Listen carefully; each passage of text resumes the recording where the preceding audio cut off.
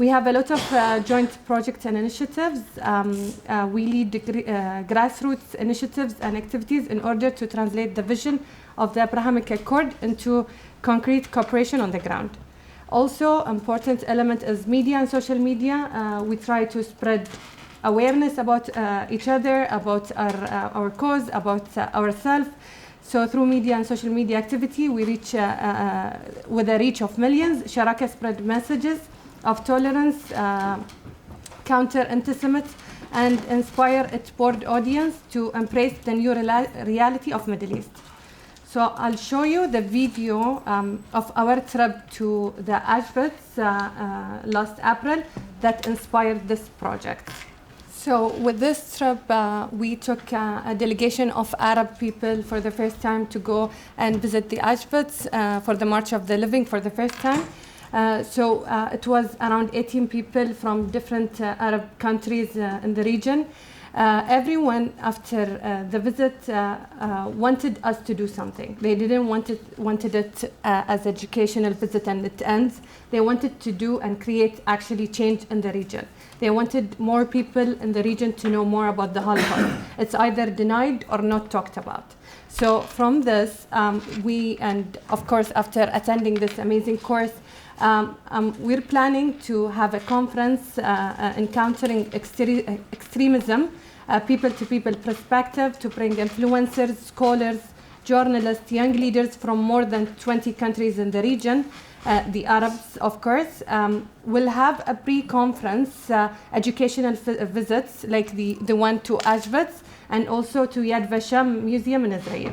We'll have then a conference in Bahrain to outline and discuss topics, and that's where we want to collaborate, of course, with ISGAP to discuss topics like we discussed the past few days, encountering extremism, raising awareness about the Holocaust, anti-Semitism, Islamicist, ISIS, and more.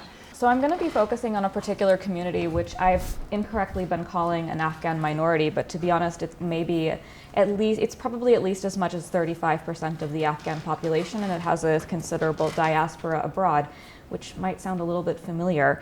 But this can actually be replicated for a number of different severely persecuted communities who are facing genocide, some of the worst in the world today, and yet will come up to you, the survivors, often people who have come from concentration camps and cells where they've been tortured, and they're like, and you think, oh my gosh, how do I address what you've gone through and what you're asking my country, America, to do?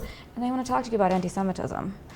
And you're stunned by their generosity of spirit and their vision.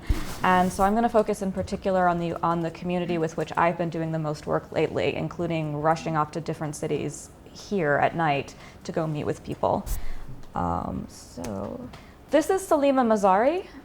She's become a friend of mine, although I also see her as a heroine, and I can't believe I know somebody like this, or that she's so young.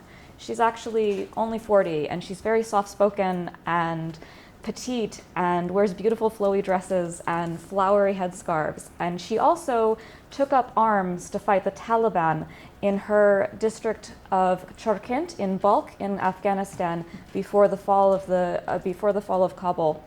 And in that process, she took up arms.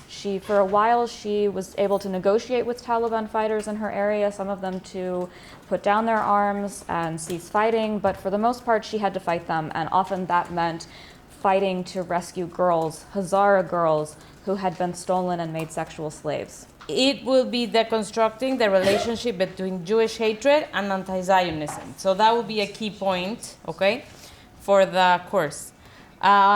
We conclude with a deeper study of anti-Semitism in Mexico, the notable trends in anti-Jewish hate speech, the study of manifestations in social movements, and the media.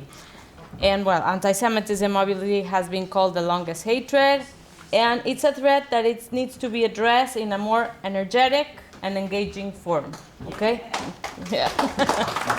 So that would be... So this is kind of what I did. It's like a weekly program. This is how I always start my courses. I just do a first draft of what I am thinking, and then I add and I change it and everything. So first, I will the first week, I will going to be doing 2 activities with them. One about identity. It's I used to be an ADL trainer, so I have this a lot of activities that engage with identity. ADL, Yeah. Didn't get JD. Jewish Defense League. No, sorry. No, ADL, the Anti-Defamation League.